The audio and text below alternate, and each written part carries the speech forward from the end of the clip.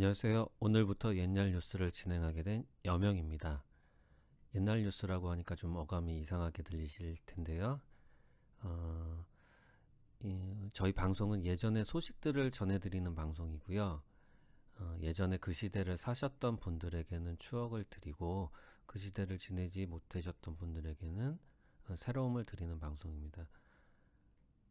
지금 보니까 예전에 어떤 그런 굴렁쇠나 뭐 이런 거 현재 지내는 친구들은 잘 알지 못하더라고요. 그래서 그런 상황 뉴스들이 나오면 그런 뉴스들을 통해서 지금 지내는 뭐 어린 학생들이나 젊은이들한테 그 시대는 이랬다 하는 그런 설명이 되도록 하는 방송이 되도록 하겠습니다. 앞으로 많은 사랑 받을 수 있는 방송이 되도록 하겠고요.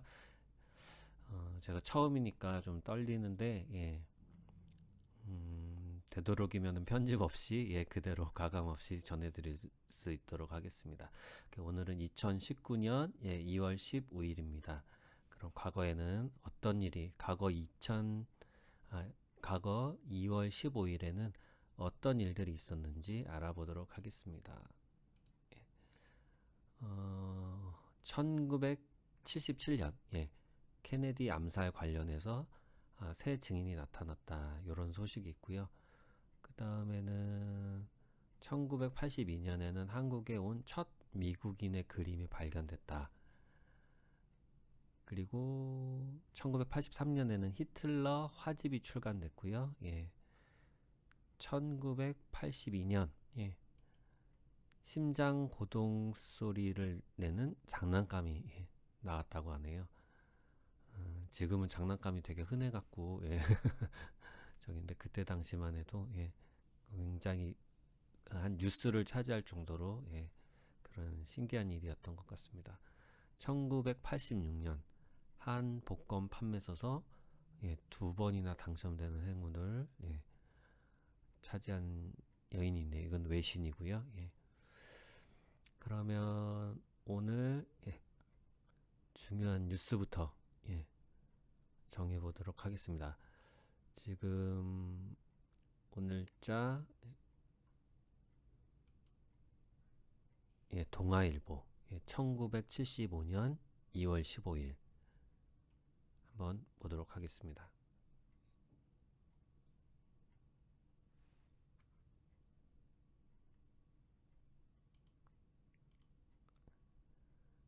1975년 2월 15일 지금은 좀 다르긴 하지만 그때 당시에는 굉장히 무시무시한 일이 있었네요. 제 뉴스 전해드리도록 할게요. 1970년 2월 15일 동아일보 박 대통령 특별 담화 발표 긴급조치 위반 구속자 석방. 박정희 대통령은 15일 오전 10시 특별 담화문을 통해 일부 공산주의자들을 제외한 긴급조치 제1호 및 제4호 위반자 전원을 소정의 절차에 따라 즉각 석방한다고 발표했다. 박 대통령은 이날 담화에서 이번 국민투표를 통해 현행 헌법 질서의 역사적 당위성과 국민적 정당성이 주권자인 국민의 총의로 재확인된 시점에서 이들을 석방함으로써 이들에 대해서도 국민 총화를 더욱 굳게 다지며 민족 중흥의 역사적 과업에 참여할 수 있는 기회를 부여하기로 결심했다고 밝혔다. 청와대 김성진 대변인은 박 대통령의 석방 조치에 관련 인혁당 관련자들을 비롯 반공법을 위배한 공산주의자들은 이번 석방 대상에서 제외된다고 밝혔다. 그러나 인혁당 관계자도 다만 범행 당시에 학생 신분을 갖고 있던 자에 대해서는 특별히 그들의 장래를 감안 석방 대상에 포함시켰으며 외국인에 대해서도 해당 국가의 우호 관계를 감안 석방 대상에 포함시킨다고 김 대변인은 밝혔다. 석방 방법은 형이 확정된 자에 대해서는 그 형의 집행을 정지하고 재판에 계류된 자에 대해서는 법원에 독자적으로 결정하게 되며 석방의 시기는 박 대통령의 석방 방침에 따라 관계 책임자 기관에서 개인별로 구체적인 결정을 하게 된다고 김 대변인은 밝혔다. 박 대통령은 이날 긴급조치 1호, 4호 위반자의 석방에 관한 특별 담화를 발표하면서 이번 국민투표는 현행 헌법에 대한 국민적 정당성을 가장 민주적인 방법으로 명확히 확인함으로써 국론을 통일하고 국민총화를 더욱 굳게 다져나갈 수 있는 건설적 계기를 마련한 국민적 결단이었다고 말하고 이 귀중한 국민적 합의를 그 누구도 감히 헛되게 만들 수는 없다고 강조했다.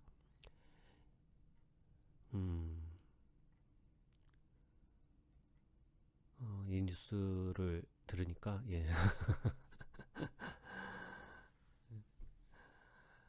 감회가 새롭네요. 저도 나이가 1975년 제가 태어나기 전에 있었던 일인데 지금은 긴급조치 지금 여기 인혁당 사건 그런 거 관련된 뉴스를 들어보면 살펴보면은 박근혜 대통령이 뭐 그때 사과를 하고 그랬는데 이때 굉장히 억울하게 공산주의자로 몰려갔고 피해를 보신 분 진짜 목숨을 잃으신 분도 있고 한 가정이 굉장히 풍지박산난 경우도 있었죠. 지금 이런 뉴스를 다시 보니까 마음이 너무 아픕니다. 근데 최근에도 5.18 관련해서도 5.18 관련해서 그 이제 계엄군들이 북한에서 내려온 북한군이었다고 그렇게 주장을 해갖고 지금 정치권에서 난리가 났죠. 그런 거 보면 아직도 우리나라 사람들에 대한 인식 아니면 정치권에서 이런 사항들을 이용하려 그러는 그런 게 너무 아직도 만연하고 그걸 또 그대로 믿으시는 분들도 있고 그거를 진짜 계속 뉴스를 퍼나르시는 분들도 있고 제가 보기에는 뭐 제가 감히 말씀드릴 사항은 아니지만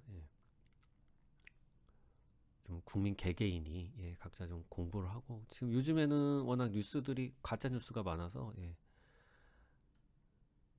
그 정확하게 판단을 내리기가 뉴스도 뭐 진짜 이게 진짜인지 가짜인지 까딱 잘못하면 가짜 뉴스를 진짜인 양 믿을 수 있는 그런 일들이 많아지게 될 것 같습니다. 그러니까 각자 좀 국민 개개인이 좀 깨어서 신문도 하나만 보시면 안 되고 좀 여러 개를 봐서 좋은 방향으로 해야 될 것 같네요. 오늘 첫 뉴스 처음 옛날 뉴스인데 박정희 대통령이 나오는 뉴스를 전해드리게 됐네요.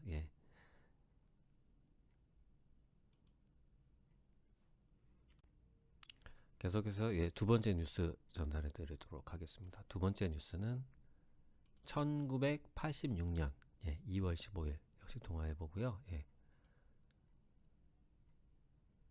제목이 역시 또 1986년이면 우리나라의 그 노태우 대통령이 6.29 선언하기 1년 전인가요? 86년인지 잘 모르겠네요. 87년 6월 29일인 것 같고요. 일단은 1986년 2월 15일 동아일보 2월 15일자 기사를 보도록 하겠습니다. 제목은 전국 114개 대학 수색. 경찰은 14일 저녁 7시부터 자정까지 전국 114개 대학의 129개 캠퍼스를 일제히 수색했다. 치안본부의 지시에 따라 이날 전격적으로 실시된 이번 수색은 전국의 모든 대학을 대상으로 실시한 것으로 경찰이 전 대학의 모든 캠퍼스를 일제히 동시 수색한 것은 처음 있는 일이다. 작년 6월 29일 새벽에는 서울 지역 7개 대 등 전국 9개 대학에 대한 수색이 있었다. 치안본부 관계자는 이번 수색에 대해 개학을 앞두고 예상되는 시위와 학생들의 개헌 서명 운동을 사전에 막고 수배 중인 학생들을 검거하기 위해 취해진 조처라고 밝혔다. 치안본부는 15일 이번 수색에 전국 각 대학의 관할 경찰서 소속 경찰관 1,584명과 각 대학교의 교직원 961명 등을 동원 대학증과 합동으로 수색 작업을 편 끝에 유인물, 플래카드, 화염병, 쇠파이프, 솜반망이 등 각종 시위 도구 및 준비용품 1,153종 34,282점을 압수했으나 수배 학생은 한 명도 검거하지 못했다고 밝혔다. 이번 경찰의 전국 대학 수색은 치안본부가 이날 오후 3시경 전국 대학 관할 경찰서에 일제히 수색령을 내림으로써 이루어졌는데 치안본부는 사전에 각 대학 측과 합의를 거쳤다고 밝혔다. 경찰은 이날 오후 전국 각 대학 관할 지방 법원으로부터 압수수색 영장을 발부받아 대부분 오후 7시 반경부터 자정까지 수색 활동을 벌였으나 작년 6월 수색 때보다는 압수품이 적었다. 경찰이 영장 신청 때 적용한 법규는 집회 및 시위에 관한 법률이며 영장 내용은 대부분 수배 중이거나 이미 구속된 시위 관련 학생에 대한 구중 자료 수집과 시위에 사용된 흉기나 유인물을 쓰고 시위를 사전에 예방하기 위한 것으로 돼 있다. 발부된 영장의 유효 기간은 오는 2월 24일까지 10일간으로 야간에도 집행이 가득하도록 되어 있다.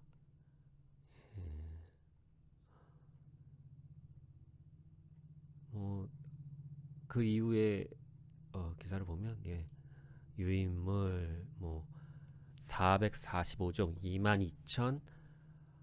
22,211장 되게 자세해요.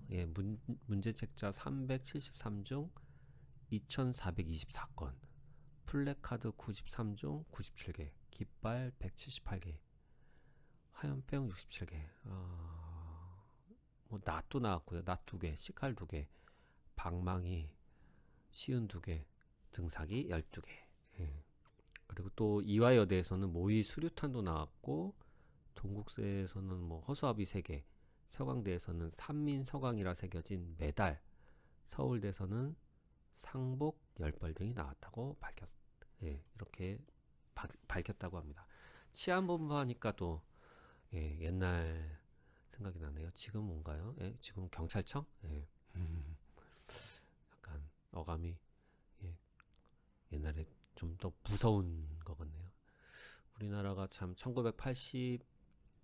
7년인지 6년인지 잘 모르겠는데 저는 7년으로 기억하고 있습니다. 87년 6월 29일 6.29 선언 그때 맞나요? 6월 항쟁 저희가 정확히 하여튼 6월 항쟁 날짜는 정확히 6월 10일 그걸 함으로써 6.29 선언이 이루어졌다 그러는데 그때 참 많은 일들이 있었죠. 영화로도 만들어졌던 거 강동원 씨 나오는 영화 그 이한열 열사 그것도 있었고 그것도 제가 봤어요.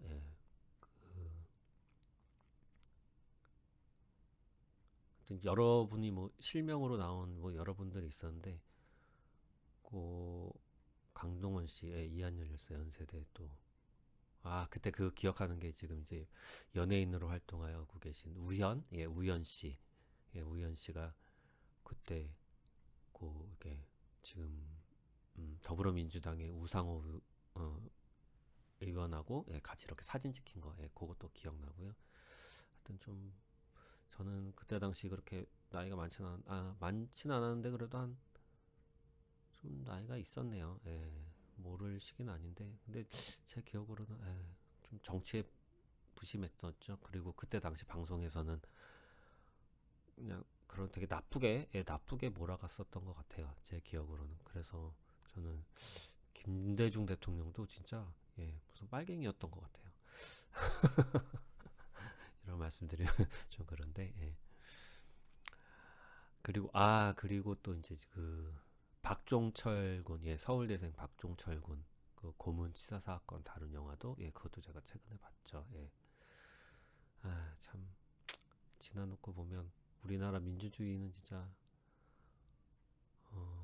피와 땀과 그때 당시 너무 예, 목숨을 잃으신 분도 많고 힘들게 지내셨던 분들도 많고 예, 정말 머리 숙여서 예, 다시 한번 감사드립니다. 이게 옛날 뉴스를 보니까 좀 이렇게 슬프네요. 예, 이러지 않고 참 잘 지나갔으면 좋았을 텐데 우리나라가 격변의 시기에 좀 잘 지내갈 수 있었던 부분들이 몇 개 있었는데 마음이 아픕니다. 이게 모두게 다 며칠 전에 이제 그 뉴스 공장에 예, 그 도올 김영옥 선생님이 나오셔갖고 말씀하셨는데 우리나라가 그때 김구 선생님하고 예, 미군정 때 식민 통치 예, 그걸 받아들이나 안 받아들이느냐 거기서 좀 갈림길이 있었다 그러시더라고요. 예, 그때 그때 선택을 잘했으면 예, 친일파들이 예, 다시 정권을 잡는 일이 없을 수도 있었다고 말씀하시는데 예, 너무 마음이 아프네요. 그 역사가 아직도 우리 후손들에게 영향을 끼치고 그런 마음 아픈 일들이 계속 있었다는 게 예. 아, 어쩔 수 없죠. 뭐 지나간 과거니까. 그럼 이제 세 번째 뉴스 전해드리도록 하겠습니다.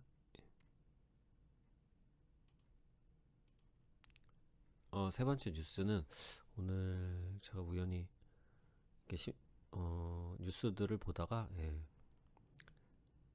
사설은 어땠었나 한번 보게 됐어요. 그래서 경향신문 1977년 예, 2월 15일 사설입니다.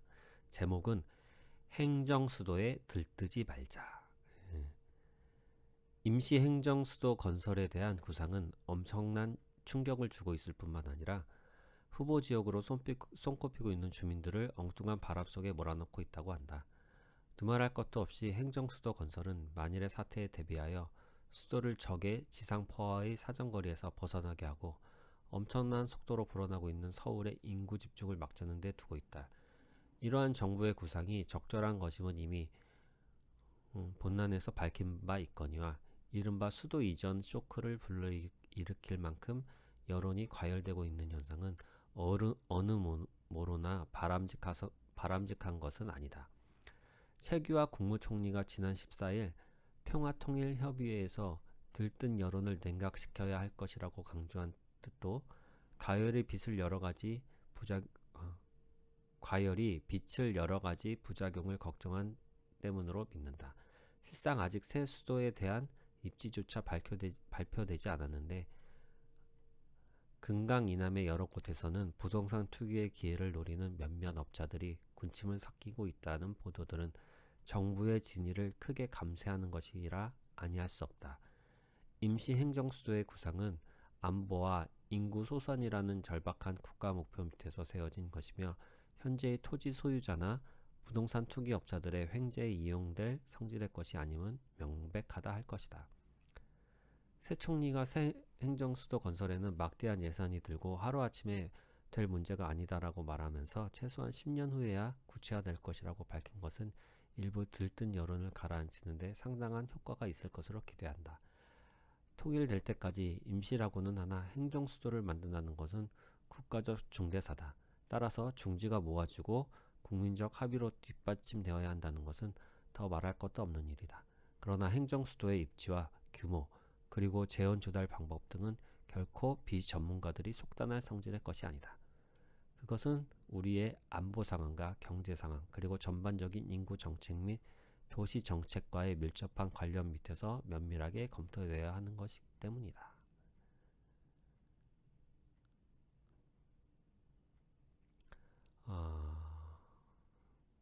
이게 1977년이니까 예, 굉장히 오래된 얘기인데 행정수도는 예, 지금 이제 세종시죠. 노무현 대통령 때 예, 온갖 방해와 예, 어려움 속에서도 예, 정부 공공기관들을 예, 지방으로 이전을 하고 예, 각 지방의 혁신 도시들을 이제 만들고 지금 이제 세종시에도 예, 내려갔죠. 예. 그래서 뭐 아직 안 내려간 부서들도 있고 뭐 내려가는 부서들도 있고 그런데 제가 보기에는 아직도 예, 수도권 행정수도는 내려갔는데 예, 수도권을 얼마 전에도 신도시에 어디였죠? 예, 과천 그리고 계양, 예, 그렇게 뭐 신도시들 계속 발표하고 지금 또 정부에서는 GTX, 예, GTX도 뭐 지금 한 3호에 계획된 게 라인이 3개 정도 있는데, 예, 1, 2, 3, 라인 다, 예, 그 예타라고 하나요? 예비 타당성 조사 그게 다 통과돼 갖고 예, 확정된 것으로 알고 있습니다. 이제 착공을 언제 하는 것만 그것도 정해졌던 것 같고요. 예. 근데 이제 수도권이 너무 제가 보기에는 너무 비대하죠. 예. 너무 비대해서 서울에 사는 직장까지, 예, 직장이 뭐 되게 강남이나, 예, 서울 도심부에 있는데 거기까지 이동하는데 사람들이 시간이 너무 많이 걸려요. 예. 아, 모르겠습니다. 예, 이렇게 거대한 게 만드는 게, 예, 그러면서 계속 예전에는 집을 짓지 않았던, 예, 버려졌던 땅들이 좀 있었는데 거기까지도 다 집을 짓고, 예, 그리고 기존에 있었던 이제 아파트들이 낡아지면 거기를 다시 싹 밀고, 예, 새 아파트로 다시 올리고. 근데 예, 아파트가 예전에 뭐 한 뭐 2천 가구였다. 그러면은 더 높이 올리고 더 촘촘히 지어갖고 막 만 가구가 되는 그런 아파트 단지도 나오고 그러니까, 예, 어쩔 수 없이, 예, 다들 각박해지는 것 같습니다. 예, 진짜 좁은 공간에, 예, 너무 많은 사람들이 사니까, 예, 여유가 없어요. 저 진짜 한국인의 급함, 예, 그리고 편리함을 추구하는 거, 예, 이런 거 뭐 다 좋기는 한데, 예, 조금 정책적으로, 예, 지금이라도, 예, 너무 좁은 공간에 많은 사람이 사는 것은 좀 아니지 않나. 예, 행정수도도 만들었는데, 예, 이게 1977년에 뭐 예전부터 의논되었던 얘기인데 이제서야 만들어진 건데, 예, 뭐 정치권에서 하는 일들이니까, 예, 할 수가 없네요. 오늘은, 예, 여기까지 하고요. 예, 오늘은 처음이라, 예, 제가 많이 지금 준비도, 예, 덜 됐던 것 같고, 예, 그렇지만 제가 뉴스가 있는 한, 예, 매일 소식을 전해드릴 수 있도록 하겠습니다. 예, 오늘은 너무 무거운 주제들을 좀 많이 다뤘는데, 예, 좀 더 가벼운, 예, 그런 주제들을, 그런 뉴스가, 예, 있는지 또 살펴보고 그 전해드릴 수 있도록 하겠습니다. 예, 다음 시간까지, 예, 기다려주세요. 예, 감사합니다.